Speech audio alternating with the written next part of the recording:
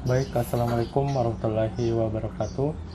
Kali ini saya akan melanjutkan bagian penyelesaian kasus dengan struktur data pada nomor 4. Soalnya yaitu lengkapi program berikut dengan mengisi titik-titik dalam kurung, kemudian jelaskan per baris source code-nya. Pada bagian 1, kita isi dengan member code dari bayar, cek bayar pada indeks ke I. Nomor 2, kita isi dengan member nama pada objek bayar indeks ke I. Pada nomor 3, kita isi dengan member harga pada objek bayar indeks ke I. Nomor keempat, kita isi dengan member JML dari objek bayar pada indeks ke I. Nomor 5, kita isi dengan objek bayar pada indeks ke I. 6, kita isi dengan objek bayar pada indeks I. 7 juga kita isi dengan objek bayar pada indeks ke I. Sedangkan pada bagian di bawah, nomor 1, kita isi dengan member kode pada objek bayar pada indeks ke I. Pada bagian nomor 2, kita isi dengan member nama pada objek bayar indeks ke I. Pada nomor 3, kita isi dengan nilai member harga pada objek bayar indeks ke I. Jumlah barang, atau pada nomor 4, kita isi dengan member JML pada objek bayar indeks ke I. Dan yang terakhir pada nomor 8, kita isi dengan nilai dari total underscore bayar. Baiklah, sekarang kita jelaskan per baris dari program ini. Pertama, kita include IOStream dulu.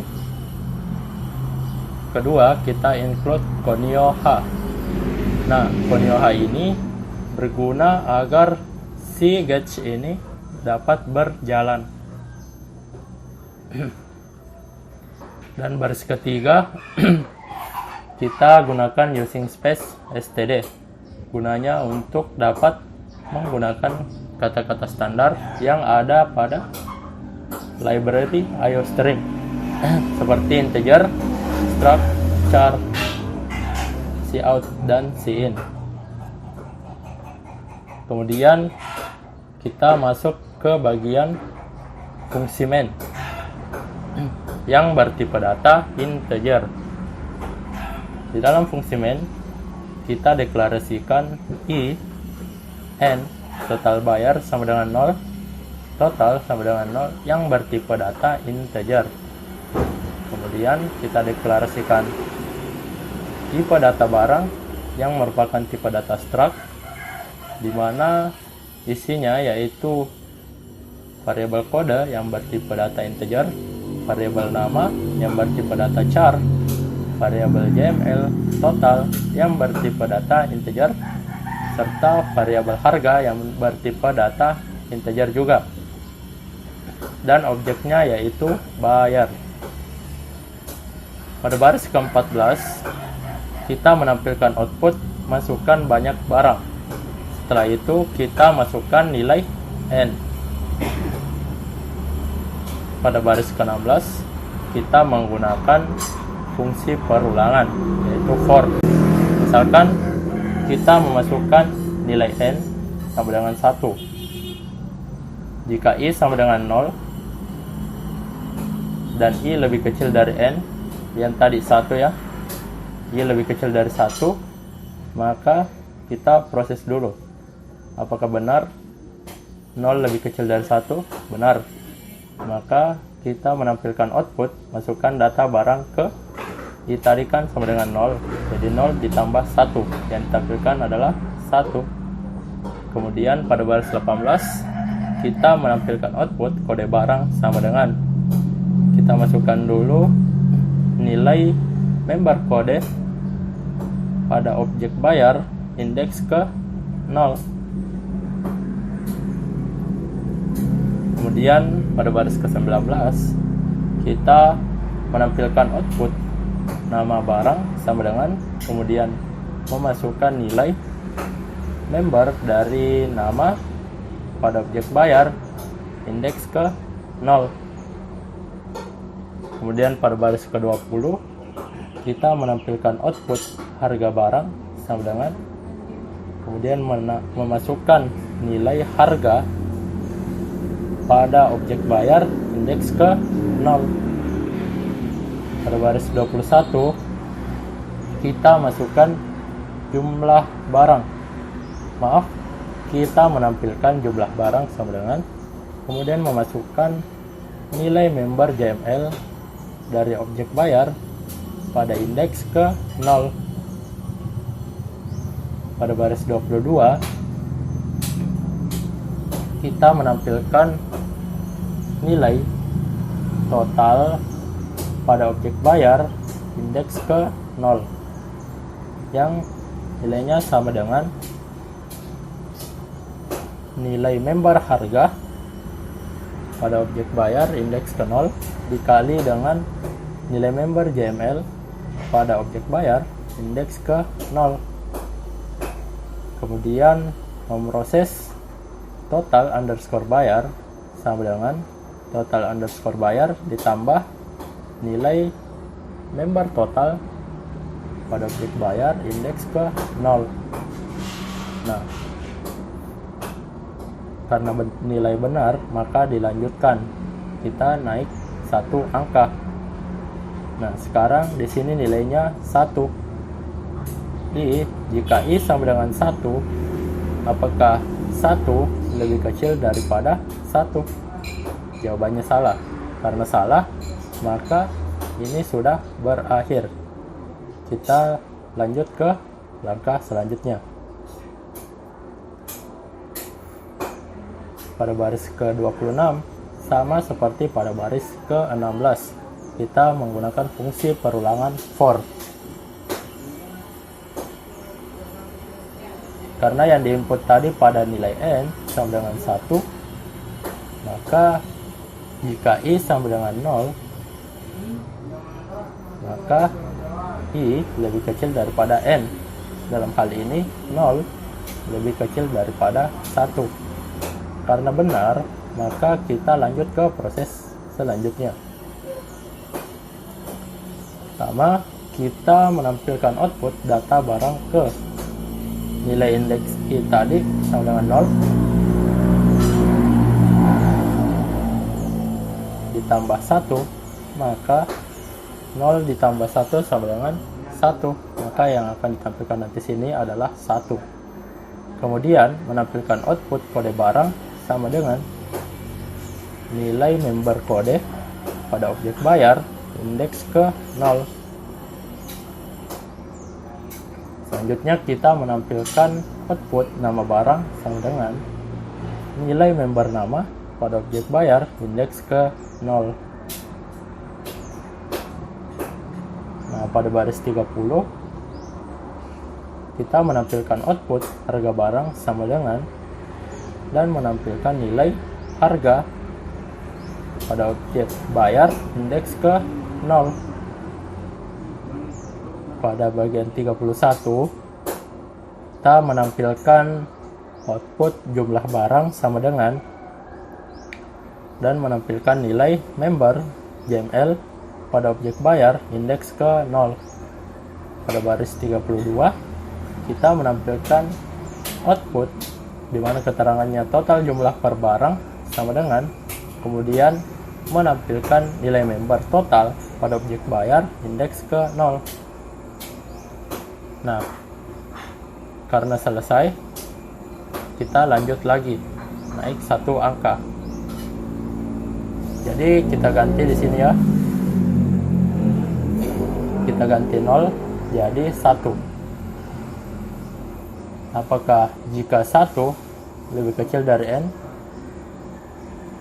nilai n tadi adalah 1. Nah, sekarang apakah 1 lebih kecil dari 1? Jawabannya tidak, karena salah. Jadi prosesnya dihentikan. Kita lanjut ke bagian 35. Pada bagian 35 kita menampilkan output garis-garis ini hanya sebagai pembatas antara proses dan hasil akhir nantinya. Pada bagian 36 kita menampilkan output total pembayaran, kemudian menampilkan nilai keseluruhan dari total underscore bayar ini ya. Nah, pada baris ke-37 fungsi gauge ini hanya sebagai penunda sebelum kita mengakhiri sebuah proses pada program. Nah, coba kita jalankan.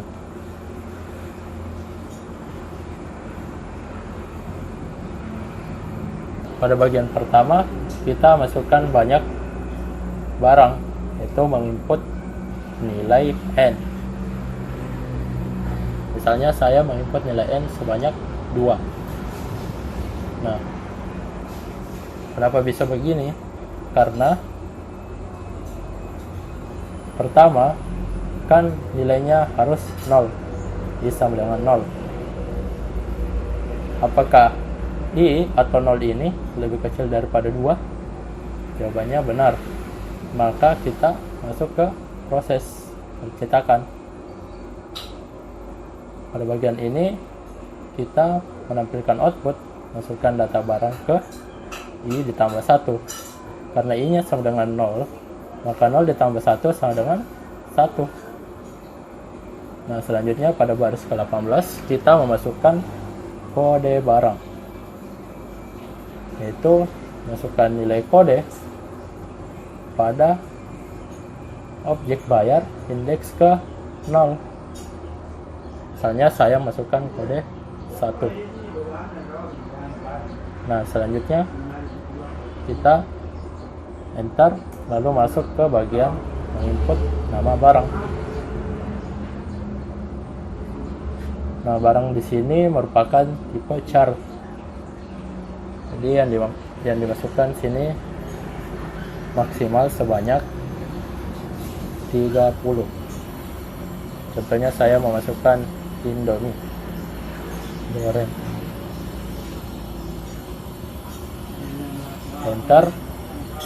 Kemudian kita lanjut ke harga barang. Kita menginput nilai harga pada objek bayar indeks ke 0.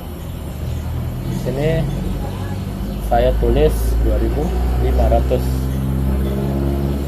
Kita enter. Kan bagian output selanjutnya diminta untuk memasukkan nilai jumlah pada objek bayar indeks ke 0. Misalkan saya membeli sebanyak 4. Nah, kenapa dilanjutkan? Karena sudah selesai ya. Nah, kita lanjut lagi, diganti sini menjadi 1 karena plus 1 ya. Ini sama dengan 1. Apakah 1 lebih kecil daripada 2? Jawabannya ya. Jadi kita lanjut. Nah, kita tampilkan output, masukkan data barang ke, kemudian I tambah 1. Karena nilai I sudah berubah jadi 1, jadi 1 tambah 1 sama dengan 2. Kemudian pada baris ke-18 kita memasukkan kode barang, sama seperti memasukkan data barang ke 1. Jadi saya masukkan kode barang 2, nama barang Molto misalnya, kemudian harganya Rp1.000, jumlah barang 5. Nah, belum saya enter ya. Setelah itu kan hasilnya sama seperti ini. Pada yang di atas outputnya. Nah, coba kita lanjut. Jika I ditambah 1 lagi, sini 1 kan, 1 ditambah 1 sama dengan 2. Apakah 2 lebih kecil dari 2? Jawabannya salah. Jadi sudah terhenti. Kita lanjut ke bagian selanjutnya. Jadi di sini yang ditampilkan hanya 2 barang saja. Enter. Maka akan ditampilkan seperti ini. Kita langkah lagi ke bagian ini. Menampilkan data barang ke I tambah 1 indeks. Karena sama persis, maka semua nilai di sini diambil dari sini. Misalnya ini kode barang 1, nah barang Indomie goreng, harga barang 2.500 dan jumlah barang 4. Nah di sini ada tambahan, yaitu total jumlah per barang. Kita ambil dari nilai member total pada objek bayar indeks ke I. Ya, total bayar awalnya kan 0, jadi 0 atau total bayar sama dengan 0 ditambah nilai total dari objek bayar indeks ke 0. 0 ditambah dengan 10.000. Jadi hasilnya adalah 10.000. Nah 10.000 ini menjadi nilai total bayar sekarang. Nah karena barangnya 2, maka dilanjutkan.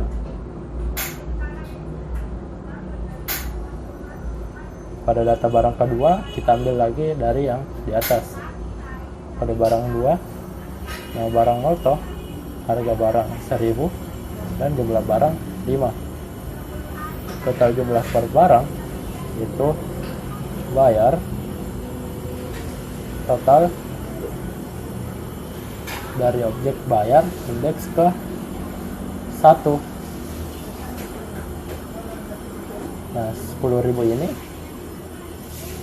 dikali 5, nah dengan 5.000. Nah pada bagian total underscore bayar, kita lanjutkan lagi. Total underscore bayar nilainya kan tadi sebelumnya sudah 10.000, ditambah nilai total dari objek bayar indeks ke 1. Nilainya tadi berapa? 5.000.